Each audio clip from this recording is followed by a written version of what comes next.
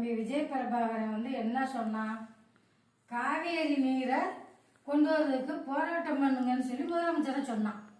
பிள்ளை சொன்னதில் எதுவும் தப்பா? கடைசியில் பாட்டு படிக்கிறான், ஓடு ஓடு வேட்டைக்காரன். வேட்டைக்காரன் தானே, வேட்டைக்காரன் இல்லைல்ல. உங்களுடைய படத்தை வித்துட்டீங்க, அது என்ன வேணாலும் சொல்லலாம், தப்பு இல்லை. ஆனால் ஒரு தற்கூரி சொல்கிற கொட்டை தற்கூரி இப்படி கையை காட்டிட்டு பாருங்க, விஜய் பிரபாகரன் கேப்டன் அவன் அப்பா பேரை கெடுக்காருன்னா உண்மைதான் ஐயா. அவனுக்கு கல்யாணம் முடிச்சு 2 பிள்ளை ஊட்டி பொண்டாட்டியெல்லாம் ஓரம் கட்டிட்டு கூத்தியா வீட்டில் படுத்து கிடக்கான். அதனால அவன் அப்பா பேர் கெட்டு போச்சு. காவேரி நீருக்கு வாதாடினதுக்கெல்லாம் மாடா அவன் அப்பா பேர் கெட்டு போச்சு. இல்லை அவன் ஒருத்தி ஏழை எடுத்து பார்க்கறனால 7 வருஷம் ஆகும். யாரை பற்றி பேசுறீங்க? அந்த பையங்க இருக்கிற இடம் தெரியுமா?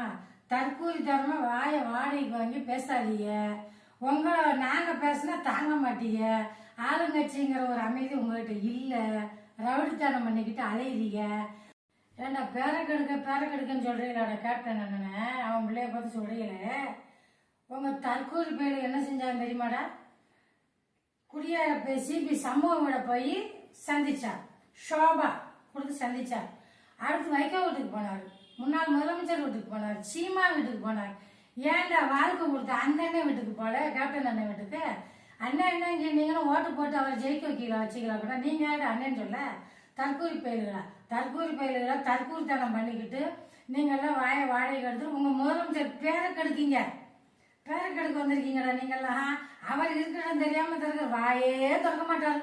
ஆனா நீங்க வாடகை எடுத்து திறந்து இப்ப எங்க வாடகை எடுத்து பேச வைக்கீங்க. நீங்க பேசாம மூடிக்கிட்டு இருக்க வேண்டியதாடா.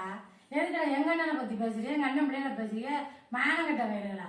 அவ்வளவு கீழே வேலை போயிட்டாங்க அவங்க. அவருக்கு இருக்கிற மரியாதை என்னைக்கு இருக்குண்டா? தற்கூரி நாய்களா?